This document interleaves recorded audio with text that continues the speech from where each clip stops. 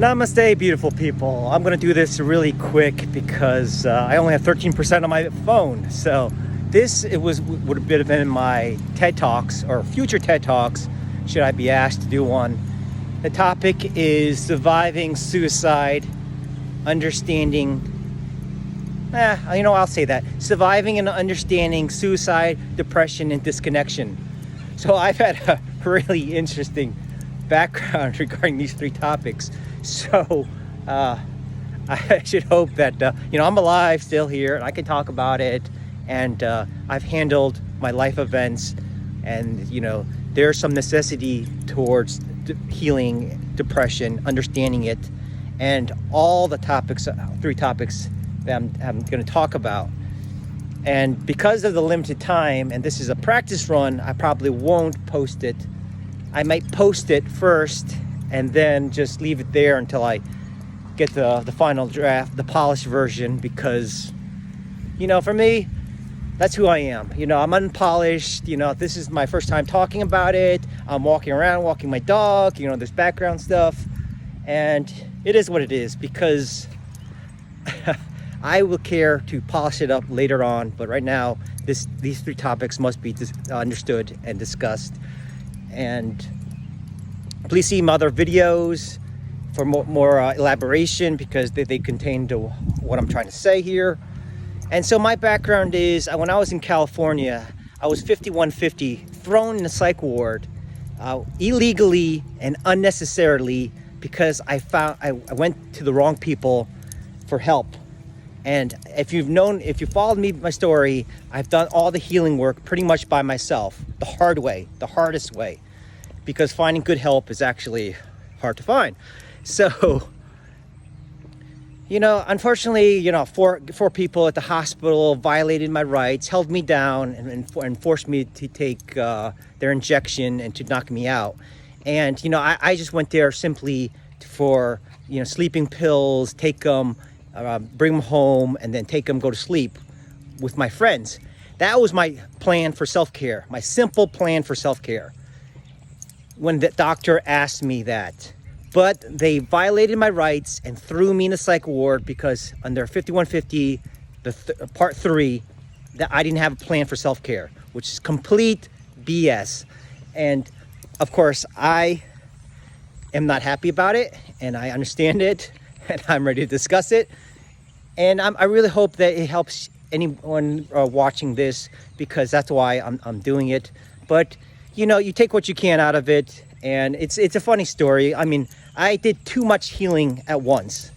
So how's that possible? I counted, and I did at least 20 to 30 modalities at a one time, and that's in my book and in my writings, and I'll share more later.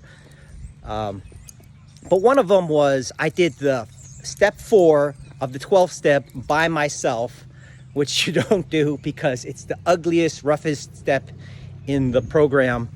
You do inventory of your fears, and you need to have a strong coach or mentor by your side when you do it. And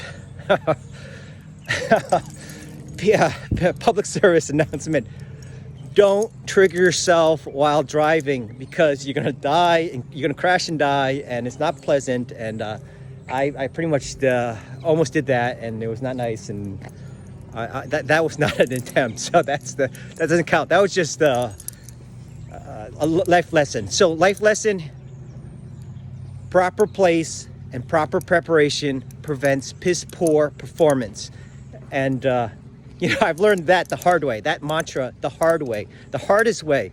So there's so many life lessons I've learned and self-realizations that, that's why I have 2 books, and that's why I'm doing all these videos, and that's why I'm sharing a lot. And I don't want you to have the same mistakes that I did, the same messages, the same pain, horrible.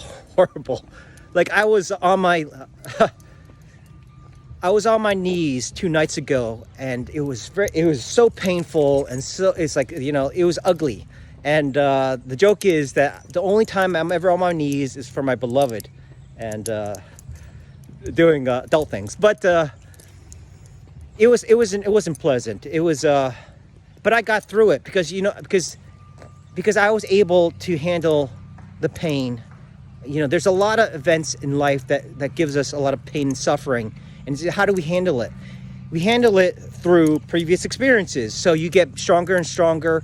You also handle it through your tribe, your friends and family. I say your friends are your family that you choose. And you utilize professional resources. Your inherent wisdom is there too. So, find your way to healing, find your way to understand how to survive suicide, depression, and disconnection. And I will discuss more later on, because this is only 6 minutes, and as I said, my phone is going to die. But this is the start. So hold on. There's more coming, and there are people. You might feel that you're lost in the darkness and you can't see your way out. But you have to have faith that you will eventually find your way. And know this, that people are out there reaching their hand into the darkness, doing the best to be their light, to help you. So all you need to do is ask for help. Reach your hand, move forward, make progress, do the little steps, do the self-care, be in a safe place, find good help.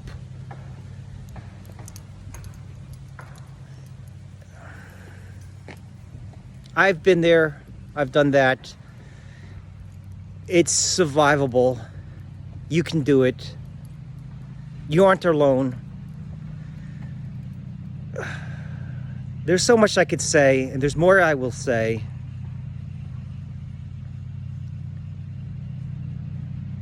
But you have to find a way yourself.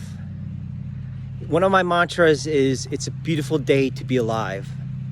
I hold that to be my truth. And I'll share my truth.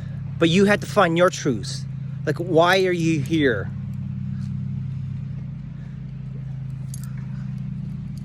And that's the tough thing. There's so much pain going on. There's so much suffering. There's so much misunderstanding. There's a lot. Life is a lot. Life is everything. But it's the most beautiful thing in our existence. You're here now. You are magic. I read an article that there's 1 in 400 quadrillion chance of you being born.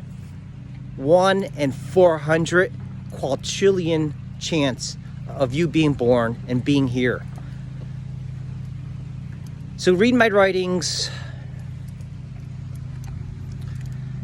and this is a rough video, and I'll clean it up and try to shine my light better, but right now it's the best I can do. And that's all we can ask of each other, or of yourself. You can ask of yourself is do the best you can to be here now. Tomorrow's a better day. You can get out of a bad situation.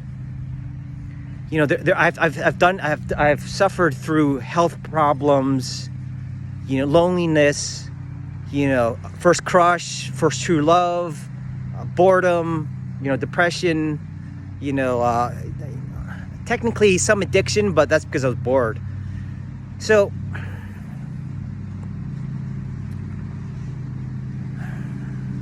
do the best you can. Namaste, beautiful people.